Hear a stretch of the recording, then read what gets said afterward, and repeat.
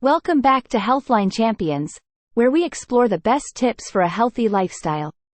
Today, we're diving into the top 8 cooking oils for longevity and health. If you enjoy our content, don't forget to hit that like button and subscribe for more. Olive oil, known for its heart-healthy benefits, is a staple in Mediterranean cuisine. Coconut oil, a versatile oil, is rich in medium-chain triglycerides, great for metabolism. Avocado oil, with its high smoke point, is perfect for high-heat cooking like frying. Flaxseed oil, packed with omega-3 fatty acids, is excellent for brain health and inflammation. Ghee, a type of clarified butter, adds a delicate nutty flavor to dishes.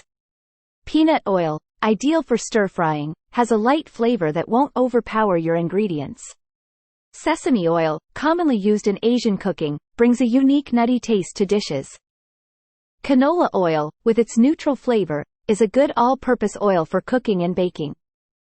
Sunflower oil, rich in vitamin E, helps support immune function and skin health. Remember, each oil has its own unique benefits and uses, so make sure to choose based on your cooking needs and preferences.